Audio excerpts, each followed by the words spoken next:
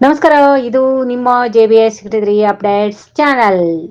ಪೂಜಾರ್, ಆನಂದ್ ಮತ್ತು ವಸಂತ ಸೋದರರ ಅಡಿಕೆಯಲ್ಲಿ ಅಂತರ ಬೆಳೆ, ದೀರ್ಘಾವಧಿಯ ಕಾಮಧೇನು ಕಲ್ಪವೃಕ್ಷ ತೆಂಗು ಬೆಳೆ ಬಗ್ಗೆ ಅವರ ಅನುಭವದ ಕುರಿತು ನಮ್ಮ ಚಾನಲ್ನೊಡನೆ ಹಿರಿಯ ರಾಜ್ಯ ಮಾಧ್ಯಮ ರತ್ನ ಪ್ರಶಸ್ತಿ ವಿಜೇತ ಪುರಂದರ ಲೋಕಿಕೆರೆ. ರೈತರ ಅಡಿಕೆ ತೋಟದಲ್ಲಿ 50 ವರ್ಷದ ತೆಂಗು ಬೆಳೆ, ಅದರ ಖರ್ಚು, ಲಾಭ ಬಗ್ಗೆ ಮತ್ತು ಆದಾಯ ಕುರಿತು ರೈತರೊಂದಿಗೆ ಹಂಚಿಕೊಂಡಿದ್ದಾರೆ. ಪ್ರಗತಿಪರ ರೈತ ಆನಂದ್ ರವರ ಸಹೋದರ ಪೂಜಾರ್ ವಸಂತರವರ ಅನುಭವದ ಮಾತು ಕೇಳಿ. ಅಡಿಕೆಯಲ್ಲಿ ತೆಂಗು ಮುಖ್ಯ ಬೆಳೆಯಾಗಿ ಈ ಬಾರಿ ತೆಂಗಿನ ಉತ್ತಮವಾಗಿ ಪಡೆದ ಪ್ರಗತಿಪರ ರೈತ ಪೂಜಾರ್ ತುರುವಪ್ಪನವರ ಮಕ್ಕಳಾದ ಪೂಜಾರ್ ವಸಂತ್, ಪೂಜಾರ್ ಆನಂದ್, ಮತ್ತೊಬ್ಬ ಮೂರನೆಯ ಪುತ್ರ ಪೂಜಾರ್ PT ಬಸವರಾಜಪ್ಪ ರಾಣೆಬೆನ್ನೂರಿನಲ್ಲಿ ಡಿಗ್ರಿ ಕಾಲೇಜ್ ಉಪನ್ಯಾಸಕರು. ತಂದೆ ಬಿಟ್ಟು ಹೋದ ಆಸ್ತಿಯನ್ನು ತೆಂಗಿನಲ್ಲಿ ಅಂತರ ಬೆಳೆಯಾಗಿ ಅಡಿಕೆ ಕಟ್ಟಿದ್ದರೂ ಕೂಡ ಈ ಬಾರಿ ಬೇಸಿಗೆಯಲ್ಲಿ ಸುಮಾರು 40 ಡಿಗ್ರಿ ಉಷ್ಣಾಂಶದಲ್ಲಿ ಹೆಚ್ಚಾಗಿ ಚಿಗುರು ಅಡಿಕೆ ಅರಳುಗಳು ಉದ್ರಿ ಇಳುವರಿ ಕಡಿಮೆಯಾಗಿದೆ. ಆದರೆ ಪೂಜಾರ್ ತುರುವಪ್ಪನವರು 50 ವರ್ಷದ ಹಿಂದೆ ಹಾಕಿದ ತೆಂಗು ಕೈ ಹಿಡಿದಿದೆ. ಕಾರಣ, ತೆಂಗು ಆಳವಾದ ಬೇರು ಬಂದಿದ್ದು ನೀರು ಸಿಗದಿದ್ದರೂ ಮಳೆ ಪ್ರಮಾಣ ಕಡಿಮೆ ಆದರೂ ಕೂಡ ತೆಂಗು ಬೆಳೆಯಬಲ್ಲದು. ಆದರೆ ಅಡಿಕೆ ಮೇಲ್ಭಾಗದಲ್ಲಿ ತಾಯಿ ಬೇರು ಇರುವುದರಿಂದ ನೀರು ಯಥೇಚ್ಛ ಬಯಸುತ್ತದೆ. ಈ ಬಾರಿ ಅಡಿಕೆ ಇಳುವರಿ ಕಡಿಮೆ ಆದರೂ ಕೂಡ ತೆಂಗು ಅವರಿಗೆ ಸುಮಾರು 6 ಲಕ್ಷ ಆದಾಯ ತಂದಿದೆ. ಆದ್ದರಿಂದ ಉಳಿದ ರೈತರು ಕೂಡ ಕೇವಲ ಬರೀ ಅಡಿಕೆ ಹಾಕಿದರೆ ಬರ್ತಾ ಒಂದು ಬೆಳೆ ಹಾಕುವುದರಿಂದ ರೈತರಿಗೆ ನಷ್ಟ ಆಗುವ ಸಂಭವ ಹೆಚ್ಚು. ಪರ್ಯಾಯ ಬೆಳೆಯಾಗಿ ಅಡಿಕೆಯಲ್ಲಿ ತೆಂಗು, ಬಾಳೆ, ನುಗ್ಗೆ, ಪಪ್ಪಾಯ್, ಸಪೋಟ, ಅವರೆಬಳ್ಳಿ ಮತ್ತು ತೊಗರಿ ಬೆಳೆಯುವುದರಿಂದ ಒಂದು ಬೆಳೆ ನಷ್ಟ ಬಂದಿದ್ದರೂ ಕೂಡ ಮತ್ತೊಂದು ಬೆಳೆಯಿಂದ ಆದಾಯ ಪಡೆಯಬಹುದು. ಅಡಿಕೆ ಸರಾಸರಿ 3 ರಿಂದ 4 ಕ್ವಿಂಟಾಲ್ ಬಂದರೂ ಕೂಡ. ಆದರೆ ಇವರ ತಂದೆ ಪೂಜಾರಿ ಪರಪ್ಪನವರು ಹಾಕಿದಂತ 50 ವರ್ಷದ ತೆಂಗಿನಿಂದ ಈ ಬಾರಿ ಸುಮಾರು 6 ಲಕ್ಷ ಪಡೆದು ಖರ್ಚು 2 ಲಕ್ಷ ಕಳೆದರೂ ಉಳಿತಾಯವಾಗಿದೆ. ತೆಂಗು ತಾನೇ ತಮಗೆ ಮುಖ್ಯ ಆಧಾರ ಅನ್ನುತ್ತಾರೆ ಈ ಪ್ರಗತಿಪರ ರೈತರು. ಇವರ ತಂದೆ ಆಗಿನ ಕಾಲಕ್ಕೆ BSc ಓದಿ ಎಲ್ಲರೂ ಶೇಂಗಾ, ಅಡಿಕೆ, ರಾಗಿ, ಜೋಳ, ಹತ್ತಿ ಬೆಳೆಯುವ ಸಂದರ್ಭದಲ್ಲಿ ತುಂಬಾ ಆಧುನಿಕ ಕೃಷಿಯಾಗಿ ಹೊಸತನದ ಈ ತೆಂಗನ್ನು ನಾವೇಗೆ ಇಲ್ಲಿ ಬೆಳೆಯಬಾರದು ಎಂದು ನಿಷ್ಮಲ ಮನಸ್ಸಿನಿಂದ ನಿಶ್ಚಯಿಸಿ ಕೇವಲ 10 ರಿಂದ 15 ಎಕರೆಗೆ ತೆಂಗಿನ ಗಿಡ ಕಟ್ಟಿ ಈ ತೆಂಗು ಇವತ್ತು ಇವರ ಜೀವನದಲ್ಲಿ ಕೈ ಹಿಡಿದಿದೆ ಎಂದರೂ ತಪ್ಪಾಗಲಾರದು. ರೈತರು ಕೇವಲ ಬರೀ ಬಾಳೆ, ಬರೀ ಅಡಕೆ, ಬರೀ ಶೇಂಗಾ, ಬರೀ ಗದ್ದೆ ಮಾಡುವುದರಿಂದ ಮಾರುಕಟ್ಟೆಯಲ್ಲಿ ಬೆಲೆ ವ್ಯತ್ಯಾಸವಾಗಿ ನಷ್ಟ ಸಂಭವಿಸುವುದೇ ಹೆಚ್ಚು. ಆದ್ದರಿಂದ ಪರ್ಯಾಯವಾಗಿ ಅಡಿಕೆಯಲ್ಲಿ ತೆಂಗು ಮತ್ತು ಬಾಳೆ ಇಲ್ಲವೇ ನುಗ್ಗೆ, ತೊಗರಿ ಇಂತಹ ಪರ್ಯಾಯ ಬೆಳೆಗಳನ್ನು ಬೆಳೆಯುವುದರಿಂದ ಒಂದು ಬೆಳೆ ಕೈಕೊಟ್ಟರೂ ಮತ್ತೊಂದು ಬೆಳೆ ಕೈ ಹಿಡಿಯುತ್ತದೆ. ರೈತರಿಗೆ ಯಾವುದೇ ನಷ್ಟವಾಗಲಾರದು, ಸಮಸ್ಯೆ ಕೂಡ ಆಗಲಾರದು ಎಂಬುದು ಇವರ ಅನುಭವದ ಮಾತಾಗಿದೆ. ನಿಮ್ಮ ಪ್ರತಿಕ್ರಿಯೆ ನೀಡಿ, ಸಬ್ಸ್ಕ್ರೈಬ್ ಮಾಡಿ, ಶೇರ್ ಮಾಡಿ. ನಮಸ್ಕಾರಗಳು. ವರದಿ ಪುರಂದರ ಲೋಕಿಕೆರೆ, ಹಿರಿಯ ಪತ್ರಕರ್ತರು. ನಿರೂಪಣೆ ವೀಣಾ ಮೇಡಂ.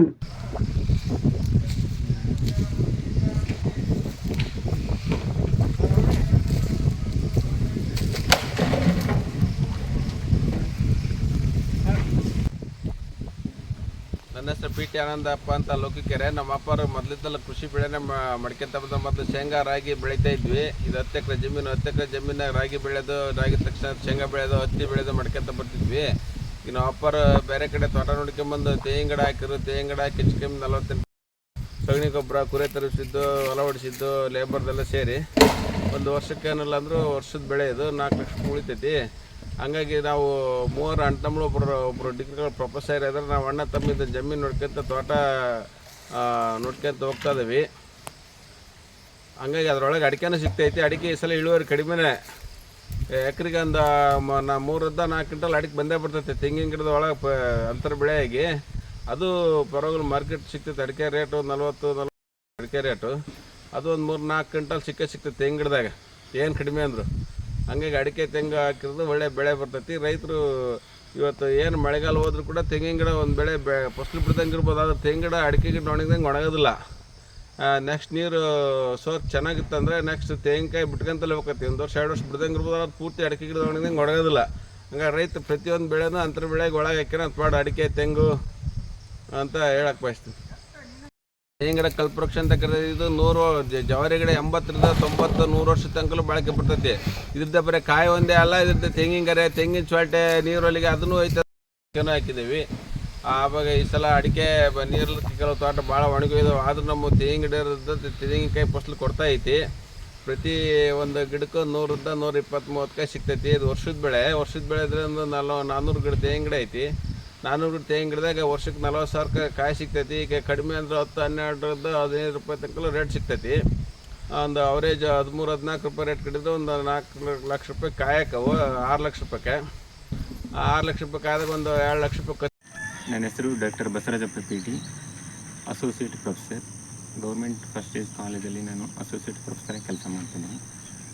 ನಮ್ಮ ತಂದೆಯ 3 ಜನ ಮಕ್ಕಳಲ್ಲಿ ನಾನು ಕೊನೆಯವನು. ನಾನು ಈ ಸ್ಥಾನಕ್ಕೆ ಬರಲು ಕಾರಣ ನಮ್ಮ ತಂದೆಯ ಕೃಷಿಯ ಶ್ರಮದ ಮಹತ್ವ ಭಾಳ ಇದೆ. ಯಾಕಂದರೆ ನಮ್ಮ ತಂದೆಯವರು ಆಗಿನ ಕಾಲದಲ್ಲೇ BSc ಮಾಡಿದರು. BSc ಮಾಡಿದರೂ ಸಹ ಅವ್ರಿಗೆ ಒಳ್ಳೊಳ್ಳೆ ಜಾಬ್ ಆಪರ್ಚುನಿಟಿ ಬಂದಿದ್ದು, ಆದರೂ ಅವರು ಹೋಗೋಕ್ಕೆ ಸಾಧ್ಯವಾಗಲಿಲ್ಲ.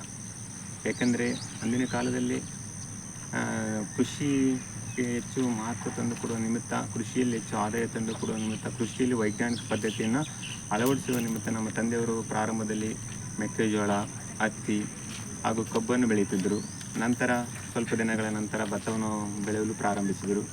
ನಂತರ ಕೆಲವು ವರ್ಷಗಳ ನಂತರ ಅಡಿಕೆ ಆಗಿರ್ಬೋದು, ತೆಂಗು ಆಗಿರ್ಬೋದು, ಅದರಲ್ಲಿ ಒಂದು ನೂತನವಾದ ಹಾಗೂ ಹೆಚ್ಚು ಇಳುವರಿ ಯಾವ ಥರ ಕೊಡಬೇಕೆಂಬುದಾಗಿ ಅದೆಲ್ಲ ಒಂದು ಶ್ರಮ ಪಡುತ್ತಾ ಬಂದರು.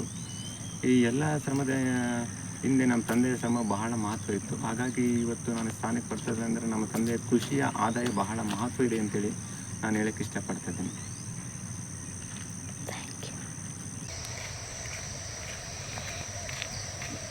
ನಾನು ತುರುವಪ್ಪ ಮಗ, ಹಿರಿಯ ಮಗ PT ಚಂದ್ರಪ್ಪ ಅಂತ. ನಮ್ಮ ಅಪ್ಪರು ಅವಾಗ ಓದಿ ಬಂದಾಗ BSc ಓದಿ ಬಂದಾಗ ಇಲ್ಲಿ ಜನೆಲ್ಲ ಹತ್ತಿ, ಶೇಂಗಾ ಅವನ್ನೆಲ್ಲ ಬೆಳೆಯೋರು.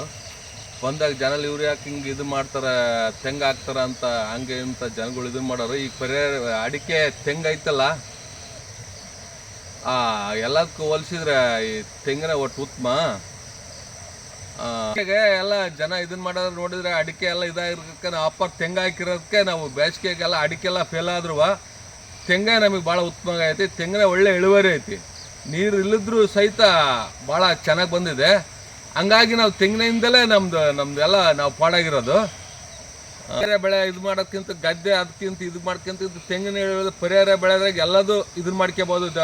ಶೇಂಗಾ ಇದು ಅವರೇ ಮತ್ತು ಇದನ್ನು ಬೆಳ್ಕೊಂಡು ಒಳ್ಳೆ ಚೆನ್ನಾಗಿ ಬರ್ತೈತಿ ತೆಂಗು. ಹಂಗಾಗಿ ತೆಂಗಿನ ನಮಗೆ ಭಾಳ ಉತ್ತಮ ಆಗೈತೆ.